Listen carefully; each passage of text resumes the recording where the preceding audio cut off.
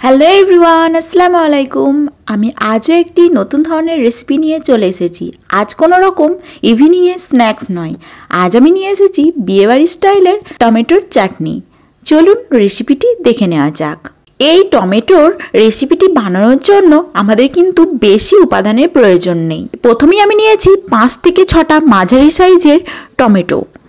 প্রথমেই এগুলোকে ভালোভাবে আমি ধুয়ে নিয়েছি। এবার এই টমেটোগুলোকে ঠিক যেমন ভিডিওতে দেখানো হচ্ছে ঠিক তেমন সাইজের বড় বড় করে কেটে নিয়েছি।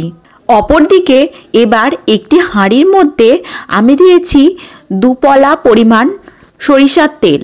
এখানে কিন্তু সরিষার তেলই এই রান্নাটা হবে, আপনারাও কিন্তু সরিষার তেলই ব্যবহার করবেন। তার মধ্যে দিয়েছি গোটা জিরে আর সামান্য একটু মৌরি। তারপর জিনিসটাকে ভালো করে নাড়িয়ে নেওয়ার পর তার মধ্যে দিয়েছি 2টো শুকনো লঙ্কা। শুকনো লঙ্কাটা দেওয়ার পর কিছুক্ষণ ফ্রাই করে তার মধ্যে টমেটোগুলোকে দিয়ে দিয়েছি।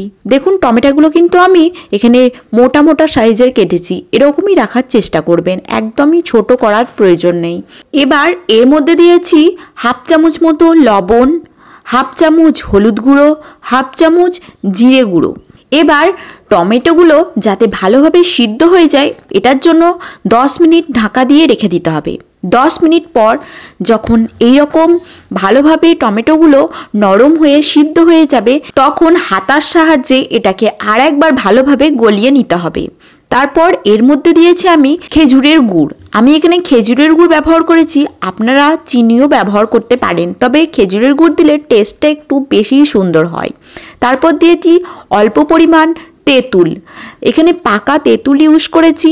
অবশ্যই আপনারা যদি টক খেতে চান তাহলেই কিন্তু তেঁতুলটা ব্যবহার করবেন, না হলে দেওয়ার প্রয়োজন নেই। তারপর 1/2 চামচ লঙ্কা গুঁড়ো আর দিয়েছি সবথেকে ইম্পর্টেন্ট যেটা এই রেসিপি সেটা হচ্ছে কাজু বাদাম, যেটা ছাড়া কিন্তু চাটনি একদমই ভালো লাগে না, এর মধ্যে দিয়ে দিয়েছি।